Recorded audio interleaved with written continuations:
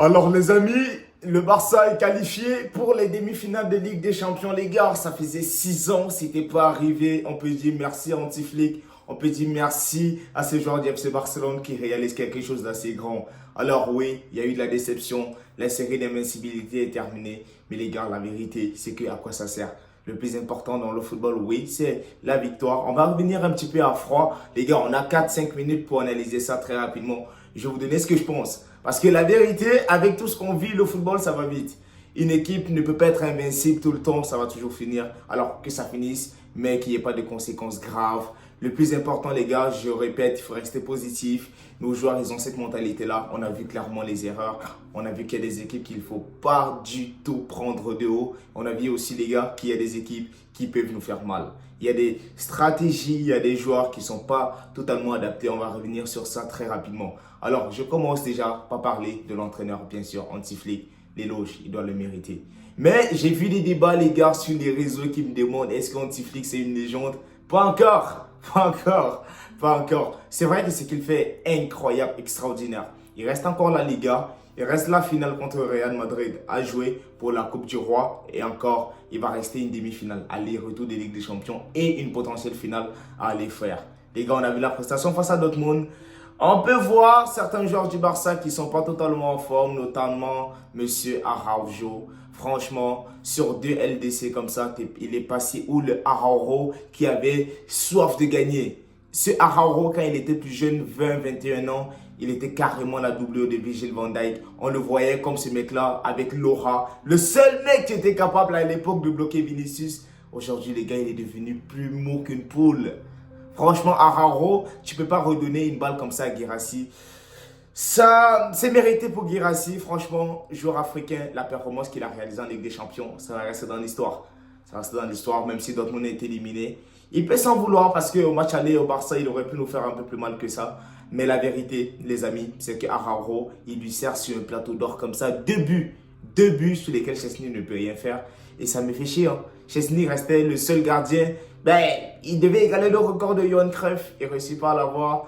Franchement, les gars, c'est dommage. Mais comme je répète, on est qualifié. C'est pourquoi je souris. Il va falloir se remobiliser. On sait aussi que ce n'était pas le 11 titulaire.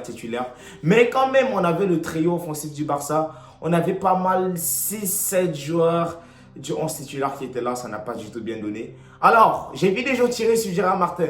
Comme je l'ai dit sur mes réseaux, TikTok, les gars, arrêtez. Gérard Martin, il n'a pas été fautif. Pour moi, Gérard Martin dans la défense et Koubarsi, ils ont fait un match incroyable.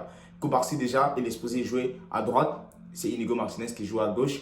Alors les gars, c'est ça l'inconvénient de jouer dans plusieurs compétitions tout simplement, c'est qu'il y a des matchs que tu dois sacrifier. C'est ça, c'est que si on était juste concentré sur la Ligue des Champions, alors oui, ce Barça-là, on n'aurait jamais produit une performance comme ça. On a vu de quoi on est capable à domicile, de quoi on est capable même à l'extérieur.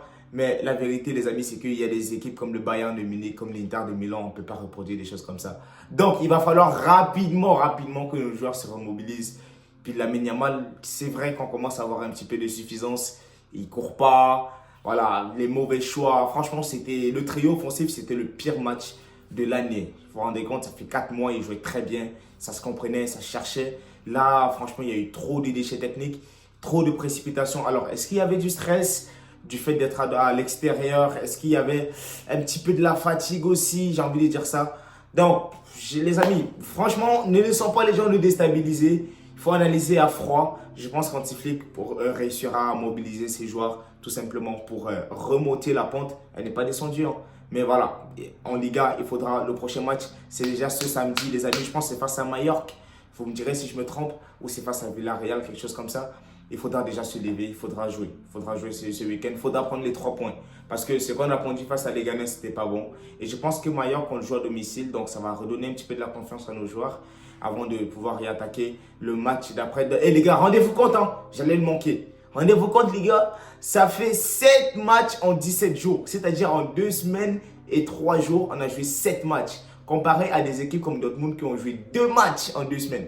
Vous vous rendez compte de la dinguerie en fait. Ça veut dire que oui, il y a de la fatigue. C'est ça, le fait de jouer sur plusieurs tableaux quand tu veux réaliser une saison comme ça avec un quadruplé ou un triplé. Tout simplement, il faut faire des choses incroyables. Il faut faire des sacrifices. Il faut avoir une profondeur de banc. Ce Barça-là, on n'en a pas. Notre entraîneur ne veut pas donner de la chance à d'autres jeunes. Je le comprends parce que voilà, si ça passe pas, ça va lui tomber dessus. Donc, la vérité, c'est que là, on s'en sort bien. Présentement, on est encore dans tous les tableaux. On est encore dans le top 3 des favoris pour la Ligue des Champions. Parce que le PSG, ce qu'ils ont montré aussi, c'est très fort.